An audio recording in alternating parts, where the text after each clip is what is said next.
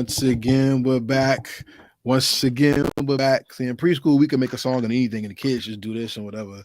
And it is what it is. So, guess what, everybody? Welcome back to A&N R&B. This is podcast episode number 5. And we're doing it without our sister tonight. So, salute to Nika LaDean out there making moves, going to LA, and she'll talk to us about that when she get back. Matter of fact, I don't like that glare in my glasses, so everybody, I get my whole face tonight. Mm-hmm. Shout out to everybody out there. Fellas, introduce yourself. Starting with my man over here. Yeah, it's you now. Yeah. What's going on, man? It's your man Nas Romantic back with you. Mm-hmm. And what's going on, everybody? It's your man Big A, IDR. And everybody, we like to welcome you to A&N R&B, the remix. Because today is not going to be the regular show. We had a nice hangover from birthday parties and Super Bowl weekends, and it was amazing. Shout out to the Eagles because they landed on their asses. Shout out to Karev's father who predicted this to me all season long. Yeah, he said you can never count on the Eagles because they stink. Shout out to your pop. But shout out to the Eagles fans. It's good to see your team go to a Super Bowl championship. Yeah. Yeah. So salute to all the Eagles fans. It's nice to see that y'all out there. You know what I'm saying? Word, but unlike the Giants who went every time we went, we had a statement to make. Except for that Ravens one. Yeah, we got an ass whoop on that one, boy. Yeah. That was a historical ass whooping too. Yeah. Especially when they cheated. Who, the Ravens? Yeah. They called back that Jesse Armstead touchdown. That was that interception touchdown. Yeah. And Nas not into football, yo. So Nas, you know what we talking about. What you was getting into for the past week and some change, man? Dude, I've been getting into working and trying not to kill my kid, man. And that right there is what A&N and R&B is about, is keeping your head on straight. Word. Ain't nothing like, there is nothing like when you have somebody who knows how to push that button the right way. Mm-hmm. You know what I'm saying? That's the realest feeling in the world. But he has a unique father, and you know me like Ken know me. I know how to push the buttons too. Damn it! Facts. How was Stewie say? Vengeance is mine. So everybody out there who's joining us tonight, thank you for joining us on A&N and R&B. We ask that you like, subscribe, share, and comment on A&N and R&B on YouTube. Please go to A&N and R&B on YouTube, and you can follow A&N and R&B on Instagram at A&N and R&B right there. You see what I'm saying? So for those of you who don't know, and we're going to refresh y'all, A&N and R&B is brought to you by Heritage Hip Hop. Now, if you know me on Heritage Hip Hop, I do a lot of hip hop commentary. But there's other genres of music. One day, Heritage Hip Hop may have a Afrobeat show. Maybe we'll have a jazz show. Maybe these gentlemen will start their own show. Heritage Hip Hop is a network. So, helping that the culture build into a broad conversation and celebrating the music and the people that do it, we have A&N and R&B with the two gentlemen that you see who are savants of R&B music, and we have a third person on the team, Nika LaDean, who not only is an active R&B artist, but she also has extensive R&B history. You see what I'm saying? So the catch, we just doing a nice little quick thing tonight to catch everybody up on what we're doing. Now, let me ask you something. When it comes to R&B, why does it endure when other genres of music seem to fail, in your opinion? I mean, R&B derives from the blues, don't it? So it has a long history. Yep, there you go. Rhythm and blues. It evolved from just blues to rhythm and blues. It has a long history, man. And it coincides with everything so well. I look how it melded with hip hop. Yeah. You know what I'm saying? So even though they don't showcase it like they used to, it's always going to be there. Yeah. You know, like the voice The voice is an instrument of itself. Yeah, it's dope. And as long as you have people that are talented with that instrument, you're always gonna have R&B music. Yeah, I mean, let me take it to Big A. I mean, you gotta be in a select few to sing. It ain't like everybody who try to rap. Everybody like whatever, and they try to catch their vibe. Singing is very technical. You know what I'm saying? What do you think makes R&B endure, even though the radio may not play it? Well, like Nas said, R&B derives from rhythm and blues, and rhythm, rhythm, simple clap. I said them rhythm, something of a beat, and the blues was relating to real life travesty. The origins of the blues themselves were people orchestrating or writing songs that touched the soul because it was from real life situations. So to answer your question is, R&B is always going to be relatable because it's going to be dealing with real life situations. The music is always going to be relatable because it's going to be timeless. Timeless music, good music, is timeless music, and timeless music can always be felt, and that's why it'll always be around. But these niggas can't sing nowadays, man. But and they call this stuff R&B. Singing is objectively. Believe it or not, singing is objectively. You people have good voices, and then people who can sing. There's a different and objectives, and then you have all these technical singers who use technology to help them sing. So singing is on a technicality. Anybody can sing. Birds sing. Might not like how they sound, but they sing. No, so what you gonna say? Man, I gotta kind of disagree with you on that point because the ones that can sing, eventually they get exposed, man. It's like we had that conversation earlier about the Omarion and Mario verses. Yeah, we did. But what happened? You know what I'm saying? Like, not to take away from Omarion, but good performer, man. But when it came to the vocals, he couldn't touch Mario. Now we're gonna take away from Omarion because he stole somebody's song, right? I gotta get all right. Well, karma. Universal law. Yes, he did. Again, he got exposed. Shout out to my homie JS out there. Got exposed. JS and Body Rock, right? Yeah, no, it wasn't Body Rock. It was something. There was a new song that he had. Yeah. Marion stole it. Yes, sir. Shout out to that bum ass engineer who let him hear it. Wow, you sabotaged somebody's career. Not even that, man. Like, even though he let him hear it, man, it was up to my man to make the choice to not steal a song, to go off his own talent instead of taking away from somebody else. You know what I mean? There you go. So Marion, you got your just due, man. All that licking watermelon up and down, all that bullshit you did, man, that it couldn't get you past the real talent that was Mario. So then let's talk about real talent then, because I mean, look at what do you think about Bryson Tiller and his style of R&B, which is called trap and B? What do you like? What do you think about that? It's different. It's unique. Everybody's gonna have the same thing. Yeah, like it's different. Like it's unique because he can actually sing. It's not like him. It's not like some artists who just use auto tune to sing. And I'm not taking a swipe at T-Pain because he actually can sing. If you listen to T-Pain's first album, the brother can really sing, not just sing. He can sing, and he has talent. And that's the difference between people who don't have talent, who want to utilize the auto tune or all these different functionalities to change your voice, or what I call like studio artists, where and I know plenty of producers and whatnot, and to really be in the studio and hear how the engineers can engineer somebody's voice and make them sound better than what they actually sound, I tell you, it's amazing what you can do with technology. So those singers versus actual people who can sing a cappella without any equipment, who can hold tunes. I've been around real singers, and you can't put a dollar on real talent.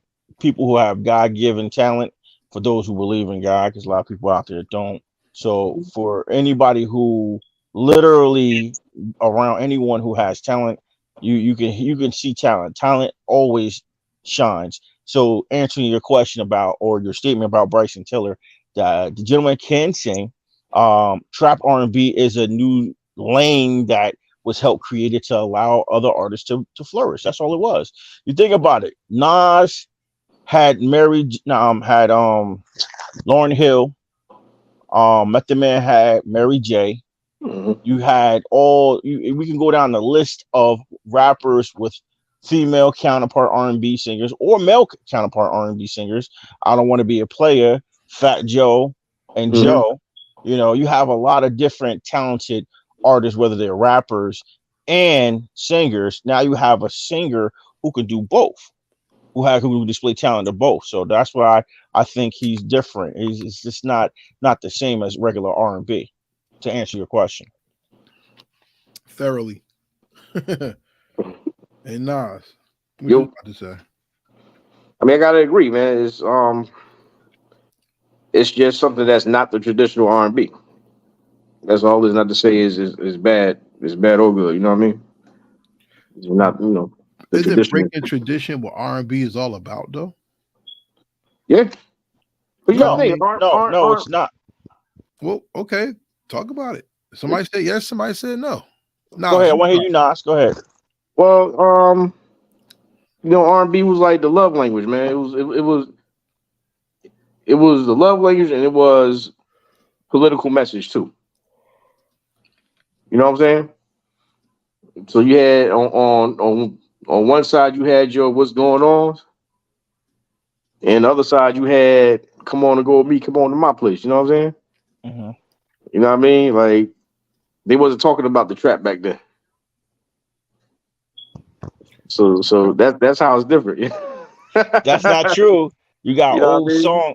old songs, or even women being flamboyant, talking about bring that thing over here, daddy. That's what I'm Like saying. they were singing about different things. No, but you say the trap. Yeah, They were singing about things that were uncliches back then. So you can't say they yeah, weren't. They did sing about crime and things like that, but it wasn't considered trap because yeah, trap is a new form, a new lingo to something that's been of old age. Old age dealing with, you know, to put it in a more sensible category, crime, street crime. yeah, yeah. First, you buy yourself a shotgun now. And shoot them till they run. There you go. There you go. Yeah, Shotgun. There you go. people sung about that violence. You know what I'm saying? Mm-hmm. But R&B at one time was the predominant way to get a message across because Right. it came from the blues, like I said, and also came from gospel music. So the big crossover in the past before people were really rapping, because the first recorded rap song was a gospel song. So when you really look at the What song are crossover, you referring to? I forgot the name of the four men who were gospel singer brothers, and they were doing songs in pattern and rhyme. It was gospel music, and that was considered the first rap recorded. Oh, the quintet. The quintet. They have Yeah, them in black and white, and they were singing. right, Okay, I know exactly what you're talking about. Okay, right. That all was right. the first rap recorded. You know what I'm saying? R&B has always derived from the inner city and the soul. And the inner city is defined by the church and the street. When do you think the message of love got lost in R&B on today's level or at a high pace, if you think it has or not? Adiar, you start that one.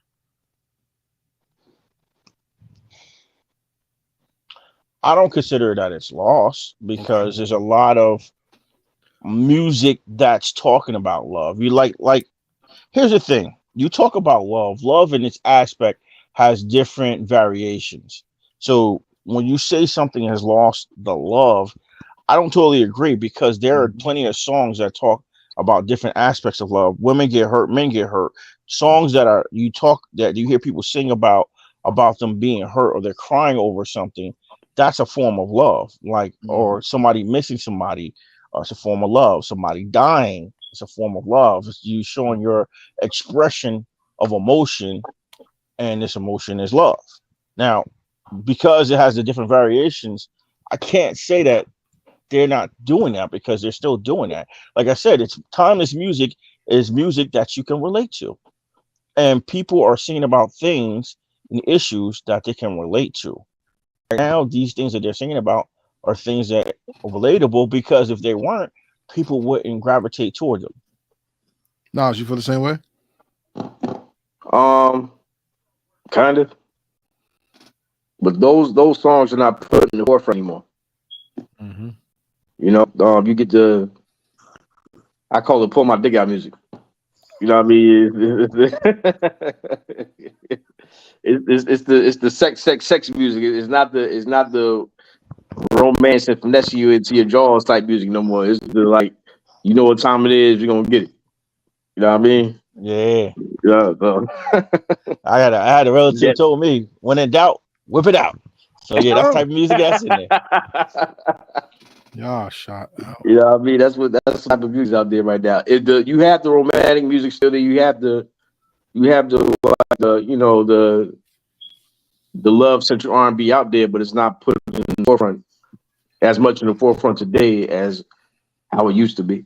All right, so check this out. Let's ask one of the hard questions then. Before we ask that question, do you like the conversation going on? Make sure you hit the like button first, and also leave a comment. Let us know what you think. Do you think that what we're saying is accurate? Love being in hip hop. I mean, not hip hop and R&B. Because I'm gonna ask you this question: of today's artists, who would be your go-to to listen to R&B when you have a love language to express to someone else?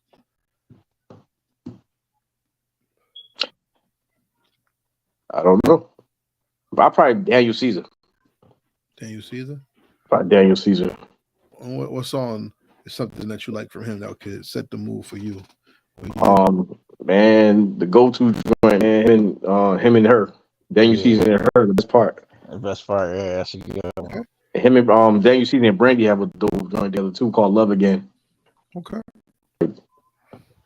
Those two joints are tight. So Daniel Caesar. How about you, eh?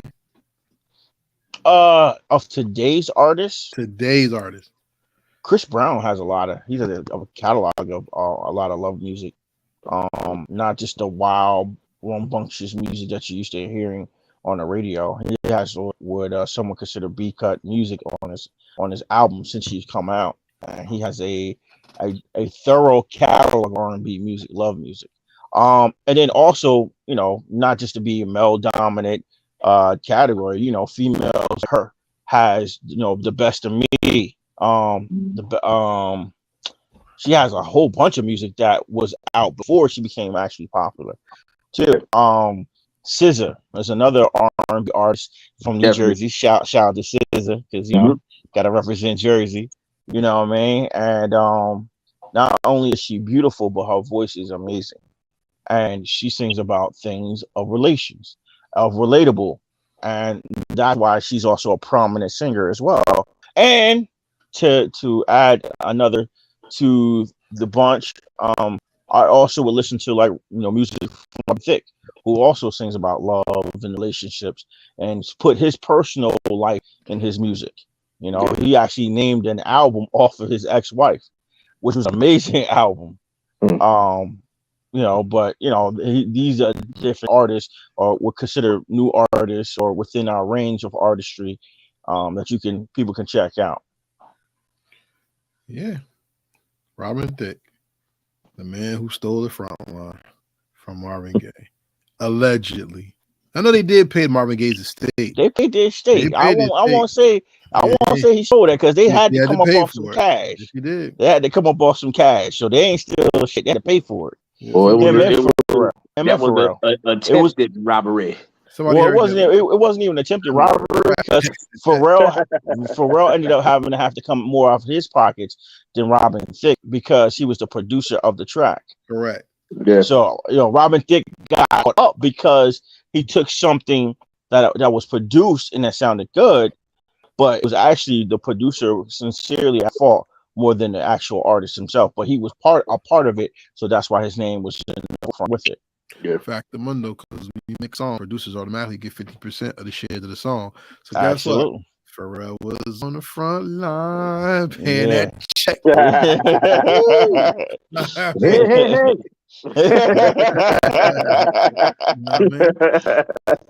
But that just goes to show you that R&B music is deeper than the people you don't hear. Because it's kind of like hip hop nowadays.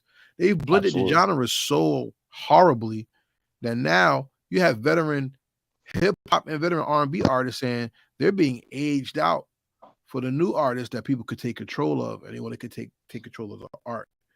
Was it Shirley Roth? No, it was Mickey Howard.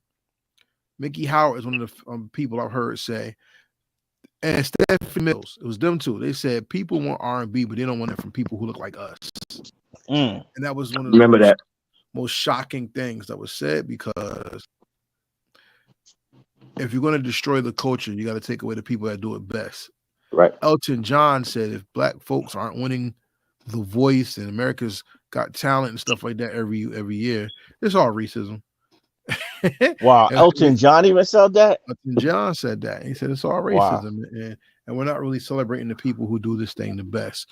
So with that being said, and that's a legend. That's a R&B pop legend. He does R&B and pop music. So yeah, that's rambunctious to actually hear. Yeah, it's very stark. And I just want to ask y'all, when it comes to R&B music, does the old school outweigh the new school, or are they equal and we just have to find good music today and listen to them equally? What do you say? Question before I can answer. I need to understand, what do you mean outweigh? How? What does that mean? What does that concept mean? Does the music hit better? Does it have more value? Is it better music? Does it have more gravitas than today's R&B, or should we listen to them both equally and fairly? I think that's on the ear of the listener. I can't speak for everyone, and I can only speak for me. So far as for me, regarding me, to answer that question, it would be on my preference. Just like for anybody who listens to any type of music, some music I may like, Nas may not like, or you may not like, and what music that you like, we may not like. So it's on the preference of the listener. So to say one genre or one era is better because of what you like or what you may have been groomed into influence, why it's still perspectively speaking. You can't, as a person who loves all types of music, and I listen to, that I have all types of music. I have music from overseas, music that I don't even know what the hell they're saying, but I like how it sounds.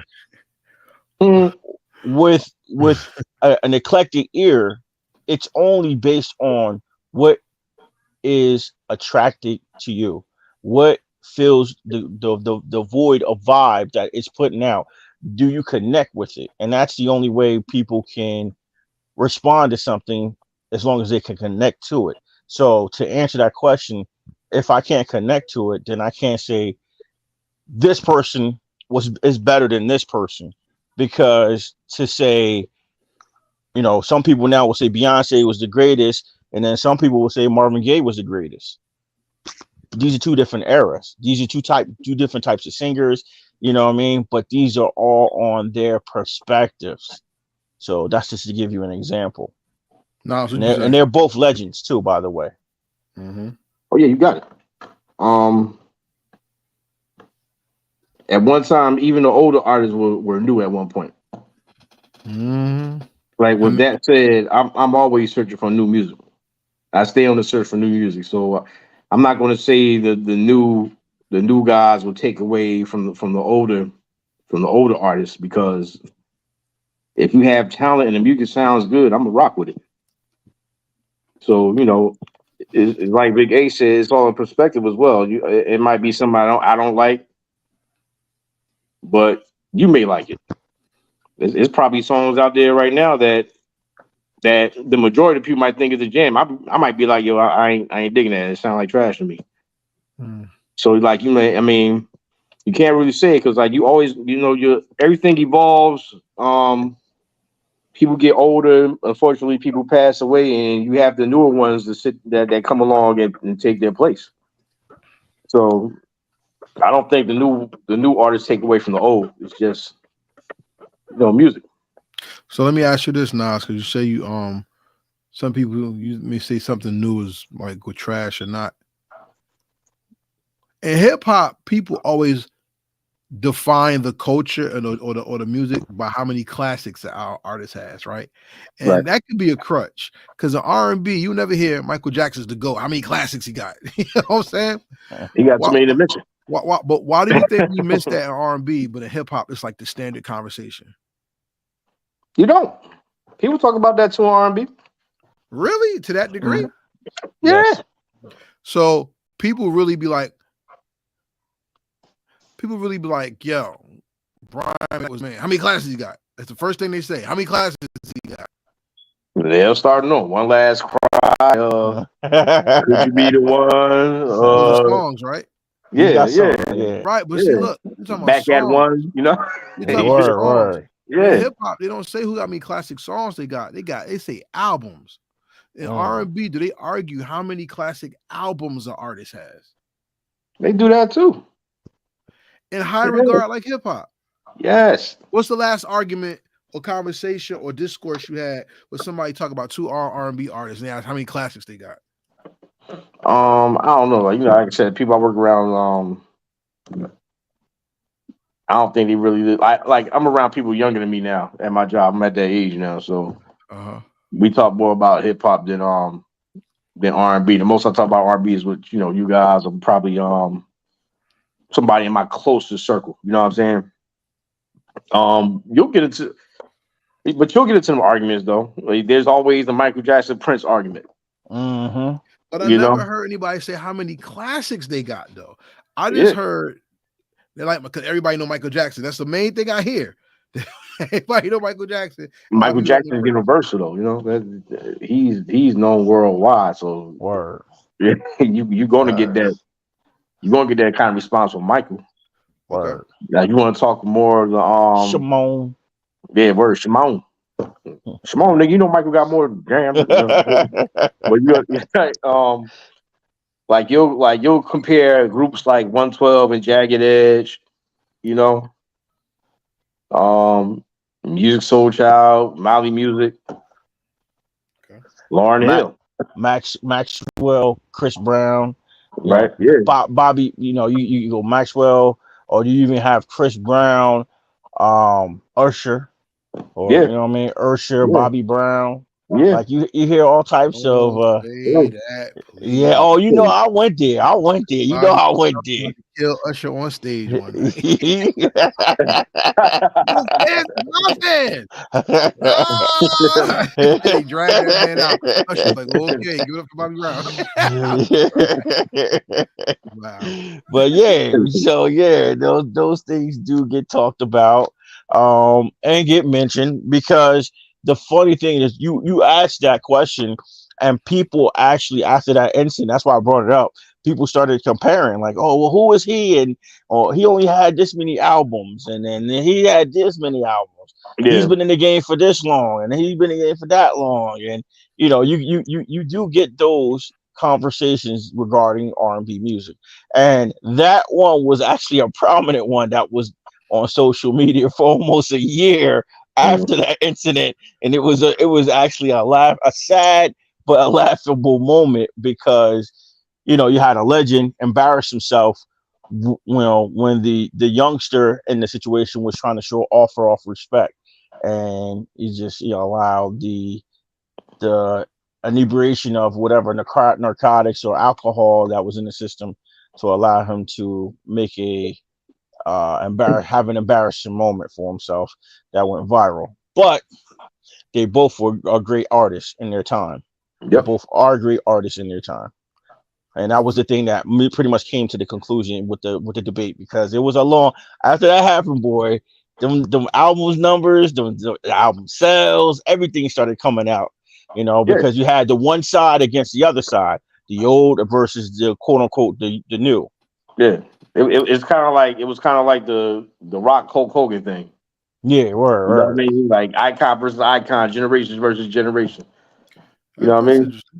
That's interesting. I think with me, I took more notice to it when Versus came out during the pandemic, and people said, I heard Big Gip in an interview recently talk about how Jermaine Dupri would smoke Puff in the Versus, because it said Puff ain't had a hit since 2002.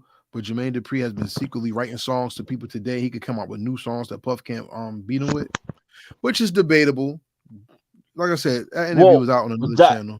Yeah, I seen that, but what he was talking about was actual facts that Jermaine Dupri has been and hasn't left the studio as far as writing, doing stuff.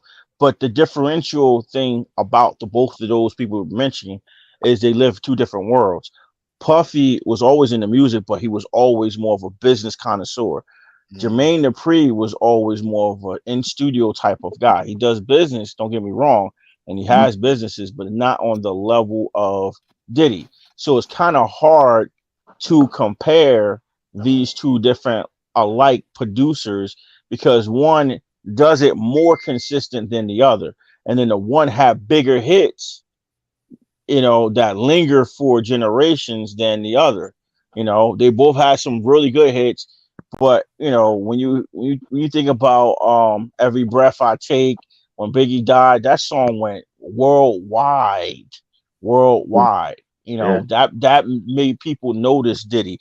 Of course, Bad Boy was known, but after Biggie's death, it was that much more of a larger grand scale.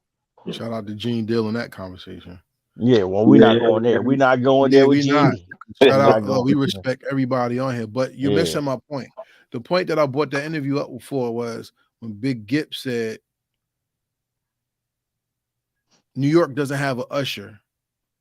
And that's like the versus part I'm talking about. Like people don't really compare albums. Like I heard this call about compare artists, but not albums. But he said New York got Mary J. Blige and the South got Tony Braxton. And he said Mary J. Blige can't beat Tony Braxton in hits and nothing.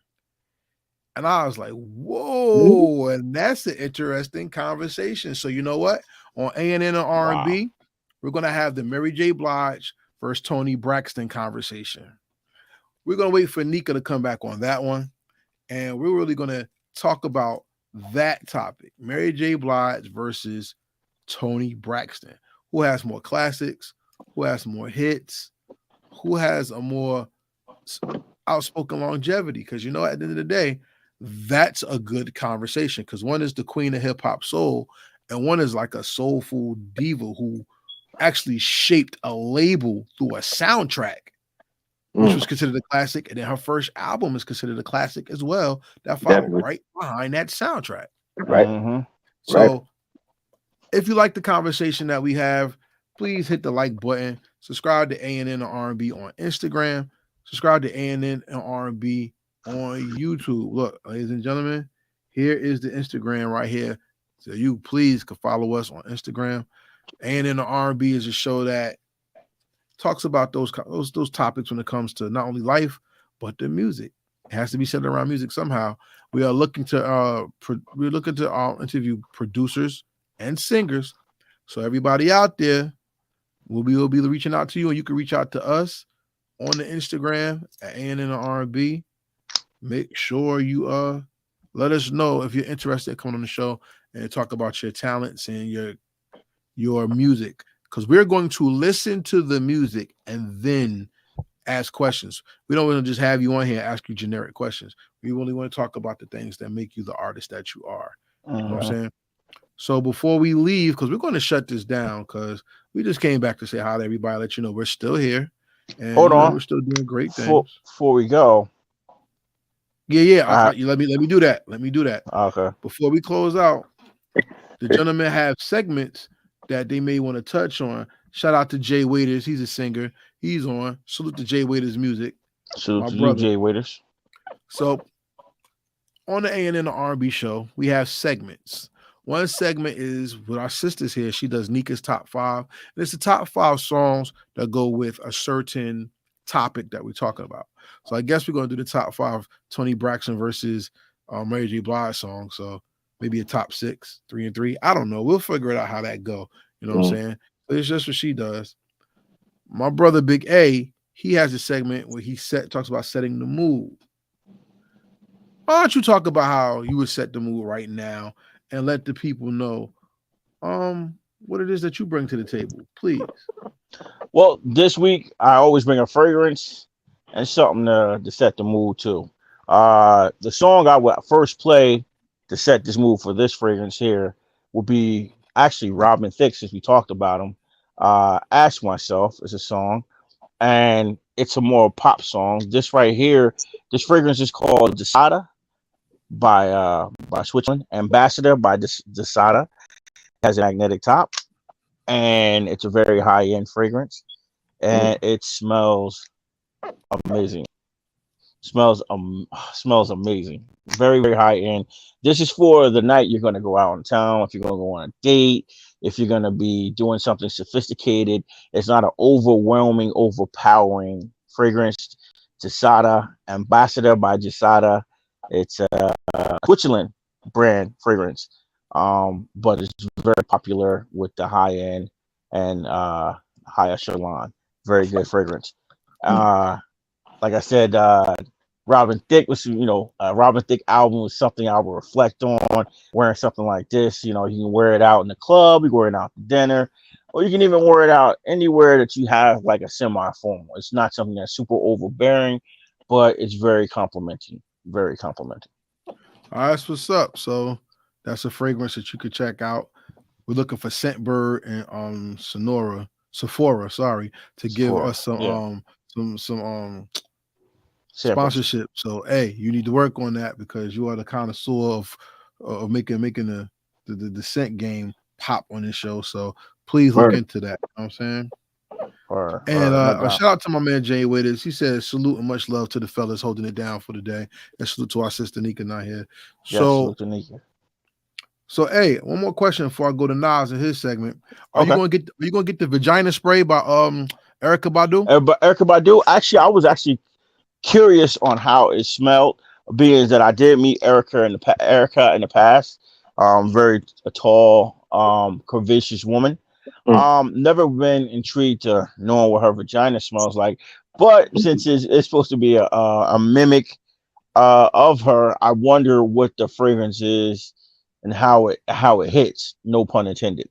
But I was actually thinking about, see if I can get that tested if they have it tested, because since it's in stores as a regular brand, you might have to buy only direct, like this right here. You can find it online, but it's very hard to find. But I bought this directly from the actual company, and yeah, you gotta dig in your pockets for this. That's why you see it's barely used. This is it's very good, it's very high end, and answer your question, I actually may consider getting a bottle and seeing how it smells. Obviously, I'm not gonna wear it for myself. It'd be a gift for a female friend or somebody I know, a female, just for one of my homies or something, because I gonna be smelling like pussy. And on that note, I'm gonna go to my man Nas the Romantic, and Nas talks about wasted potential. Do you have one for this week, or do you like to highlight what your segment is about? All right, I'll do both for you, man. Wasted potential are the songs on an album that did not get the potential, in my view, that they should have gotten, but were dope songs. Today I was gonna do a Mary J. Blige songs, but since we're doing the Tony Braxton Mary J. Blige thing, I'm gonna save that song for next week. What I will give you is a joint by Chris Brown. It's called Just Fine, off the first album. You familiar with that one? Nah. I'm about to go back and look through the album because I have his catalog. It's a dope ass song, like a fast paced song, mid tempo. The reason that one came to mind is because Valentine's Day has just passed. Fellas probably got your presents from your woman if she's that type of woman. And hey man, it's all good. I'm in the same boat. But tax season is about here, and after she gets her taxes and you get that piece, you're gonna want to break up with her. This song right here give you just the words for it. Wow. It's a breakup song. So my man says, I think someone else will be better for you. You'll be just fine. Wow. Your eyes will be just fine. Okay. Just fine. Wow, that reminds me of a story. And that's off the head, yo. So for All you scumbags want to let her down gently. Just fine. That's the song for Chris you. Brown. You'll be just fine. Wow. I think God to give you someone better than me. You'll be just fine. Once she hears that, it'll be a little bit easier to break it off. Yikes! All right, so just fine. Just fine. Oh, we got a comment. Dope song though. Nika just signed in. What's up, Nika? How you doing? We about to sign off, but Nika next LaDean, show, the beauty on the scene. Next show, Tony Braxton versus Mary J. Blige, and we can't wait to hear your input on that subject. So, myself, I don't really add in to A&N R&B's topics or banners, I should say, or the parts of the show that they do with my own. I don't.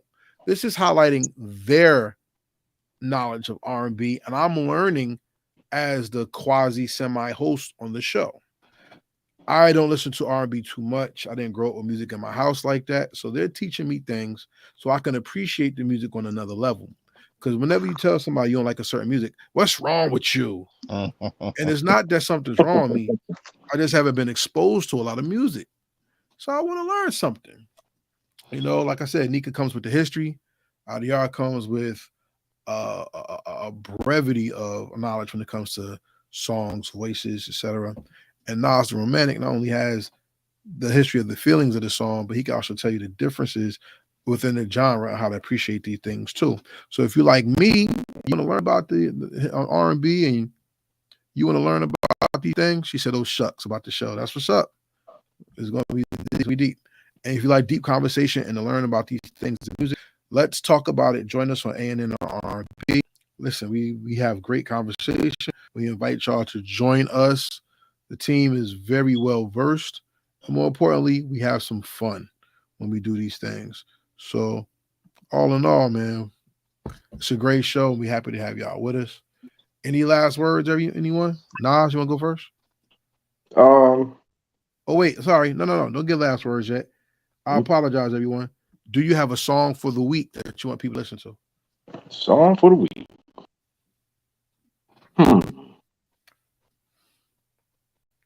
Deep one. This too shall pass, NDRE. Okay. This too shall pass, or NDRE. Any reason?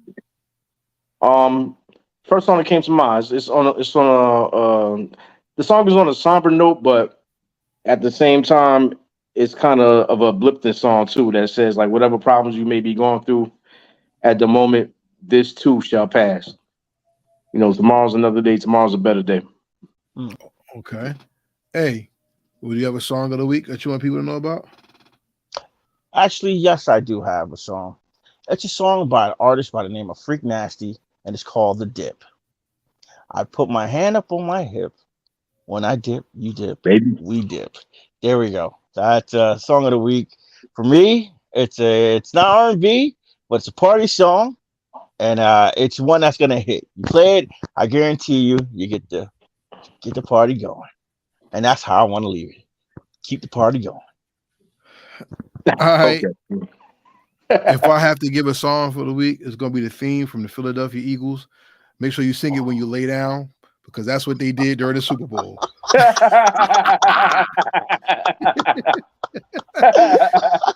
And shout out to Nika LaDean.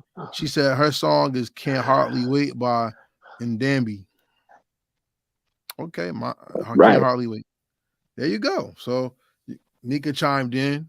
You know what I'm saying? She says she loves us. We love you too, sis. Oh. And we'll be back next week. The show's usually an hour, but it's only 45 minutes today because it's late. We wanted to just get on and just show y'all that we do love and support and appreciate each other and you watching. And we out of here. So now, Nas, any last words? Yeah, man.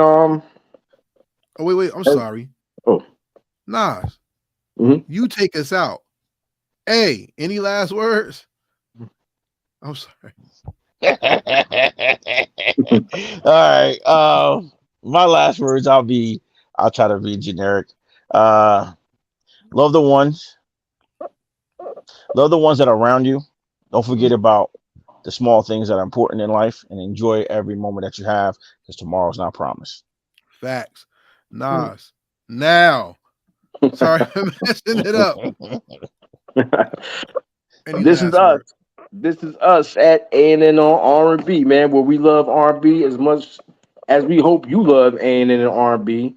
And until next time, I'll be thinking of you. Ken won't. With that being said, all I'm gonna think about is how them Eagles crashed, burned, and became hot wings. See you next football season, and may the Most High bless everybody out there. And Nika, this one is for you. Peace. Love you. And before we go, Big A, what's up? Big Brody. And we out.